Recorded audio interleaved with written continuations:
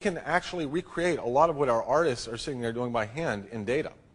So the idea here is that we take the player, we give them a very simple little generative system where they're fiddling with a few levers, but the computer can take that, analyze this simple little system the player's built, and actually elaborate on it through generative systems. Build a much more elaborate model, more elaborate textures, animations, and eventually behavior, and eventually create professional assets that right now our game developers are having to create at great cost and expense. So in some sense, the computer becomes a creative amplifier for the player.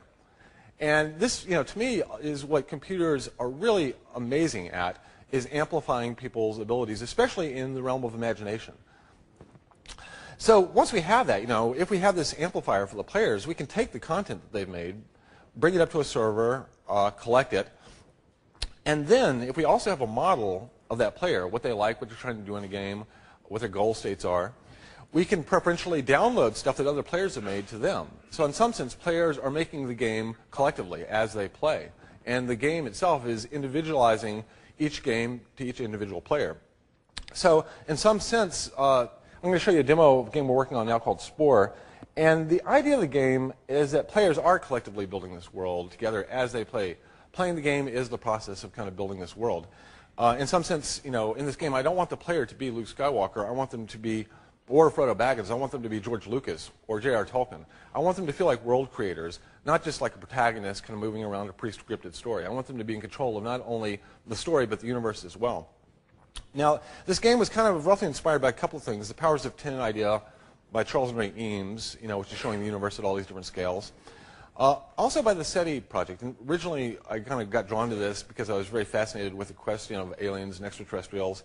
And looking at the terms in the SETI, in Drake's equation, these are things like the number of stars, how many of those might have planets, how many of those might have life, intelligence, etc. They map to all the different scales that the Powers of 10 idea did. So I found it very interesting that this kind of question of life in the universe covers all these different scales. And so we end up with an interesting map in some sense, a kind of conceptual map here, not just of scale and space, but of time and life. So in some sense, we're kind of looking from the very small to the very large in scope, and from the very distant past to the distant future. And that's kind of the gist of this game I'm working on right now, is that you start down here as a very simple little single cell thing, and eventually work your way up to the other end of this graph. Now I'm going to boot this up. This takes a second. Let's try this one here. So we're finding that players, when they make things in these games, that it is so much more meaningful to them. And there's this quality level discrepancy where our professionals can make very professional-looking characters. We give the players tools, and they can make a character that's pretty good-looking. But the fact that they made it, that it's uniquely theirs, is very meaningful to them, and it drives the empathy for the player. And it's amazing how much these games are also becoming not just a form of play or entertainment, but also a tool of self-expression. Because we see people taking games like The Sims, and one of the things they can do with it is they can kind of tell a story with the game, and then share it with other players. And they're starting to tell much more meaningful stories. So in some sense, it's becoming like a musical instrument for a lot of players. As they get good at playing this thing, they didn't want to share and use it for creative self-expression.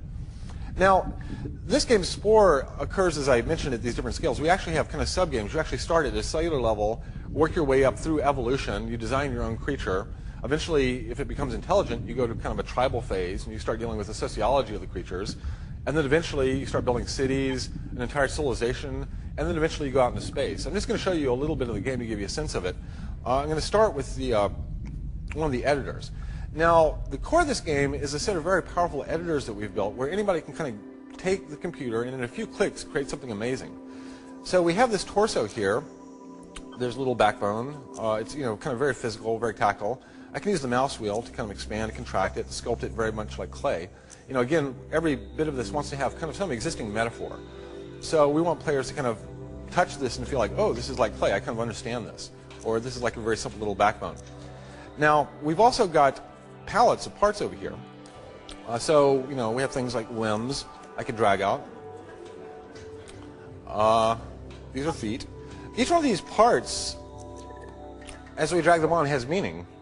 And our little creature starts coming to life. They're also morphable, so I can kind of stretch them, scale them with the mouse, whatever. And you'll see sliders over on the side. So whatever I design in this, the computer basically has to bring to life.